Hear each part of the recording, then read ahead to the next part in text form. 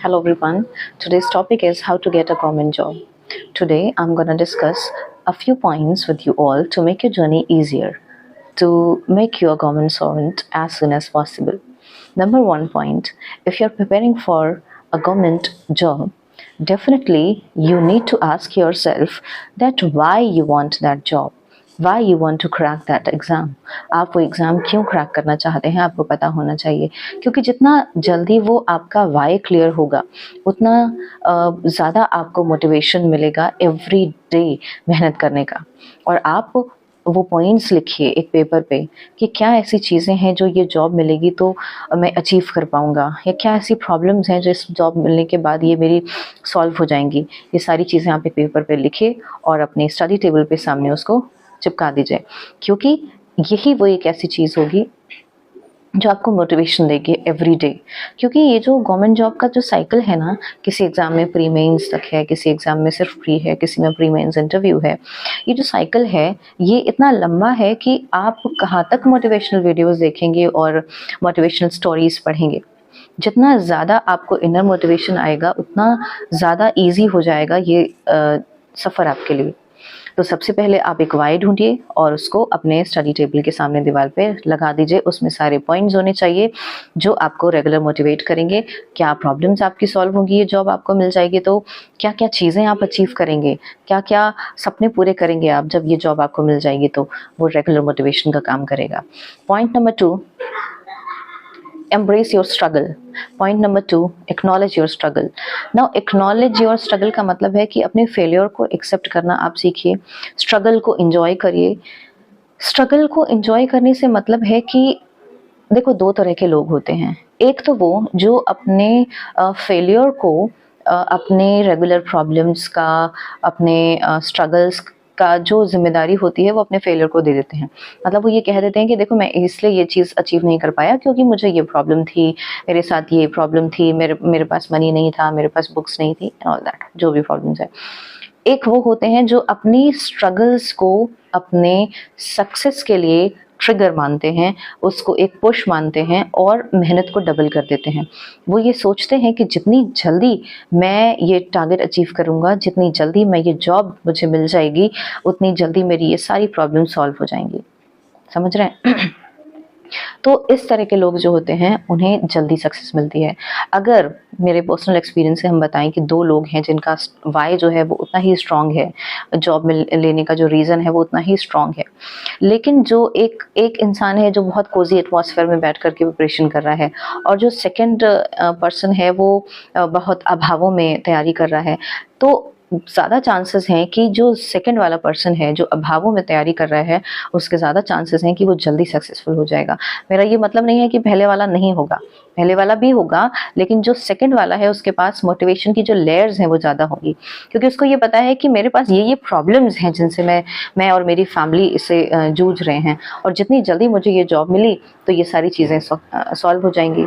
तो ये रीज़न है. तो आपको क्या करना है कि आपको एम्ब्रेस करना है अपने स्ट्रगल को, रिकॉग्नाइज करना है उसको, और रियलाइज करना है कि this is the moment, this is the opportunity for growth. अगर आप इसे ओवरकम कर ले गए तो definitely you are going to be a successful person, you are going to be an achiever. Next point is, failure से डरना नहीं है. आपको हमेशा ये समझना है कि फेलियर जो है वो हमें एक सक्सेसफुल पर्सन बनाने के लिए आते हैं, हमें कुछ ना कुछ सिखाने के लिए आते हैं, तो हमें हमेशा उसको एक्सेप्ट करना है. 1906 में एक स्टैनफोर्ड में एक रिसर्च हुआ था जिसमें बच्चों के सामने कुछ मार्शमेलो रखे गए, और उन मार्शमेलोज में जब बच्चों के सामने रखे गए उनको बोला गया कि ये तुम लोग खा सकते हो, और जो रुकेंगे थोड़ा, चाहो तो रुक भी सकते हो, क्योंकि if you wait you will get more. अगर आप रुकेंगे तो आपको और मार्शमेलोज खाने को मिलेंगे. उनमें से कुछ इम्पेशेंट थे जिन्होंने खा लिए मार्शमेलोज, और कुछ में थोड़ा पेशेंस था, उन्होंने वेट किया. जिन्होंने वेट किया, जब आगे उन पर रिसर्च हुआ तो definitely they were earning more, they were healthier, they were happier. इसका मतलब मतलब ये है कि जिनके पास पेशेंस होता है, अगर आप थोड़ा धैर्य से अपनी तैयारी करते हैं, एक बार फेलियर मिल गया आपको, एक बार असफल हो गए, तो रोने धोने के बजाय आप फिर से अपनी तैयारी में लग जाइए। जितना धैर्य आप रखेंगे उतना जल्दी आपको अचीवमेंट मिलेगी। नेक्स्ट पॉइंट ये है, एक कहीं किसी ने कहा था, आई डोंट रिमेम्बर वर्डिंग्स थे कि जितना जब तक आप नियर डेथ एक्सपीरियंस नहीं करते हैं तब तक you are not going to be an achiever.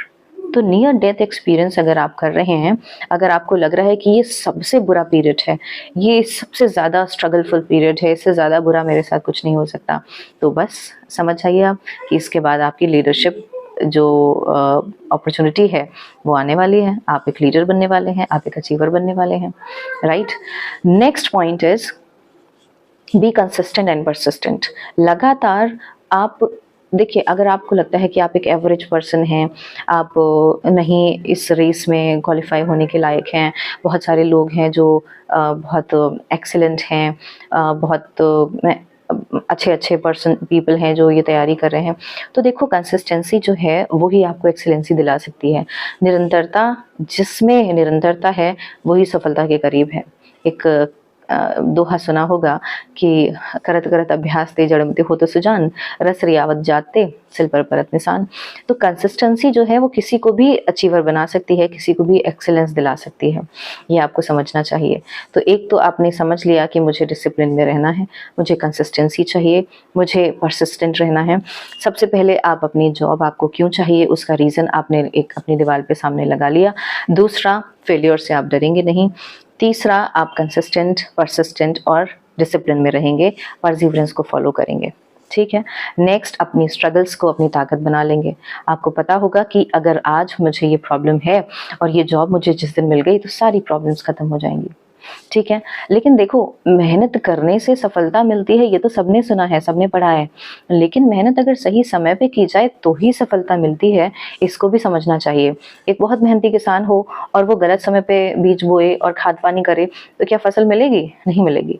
तो वैसे ही आपको सफलता भी चाहिए, आपको मेहनत भी करनी है और सब कुछ सही समय पे करना है। तो दिस इज द मोमेंट, यही मोमेंट है जिसमें हमें अपनी सारी एफर्ट्स दे देने हैं और हमें इस बार ही एग्जाम क्रैक कर लेना है और इस बार ही हमें गवर्नमेंट जॉब ले लेनी है। ऐसा सोच करके अपनी जर्नी को स्टार्ट करिए।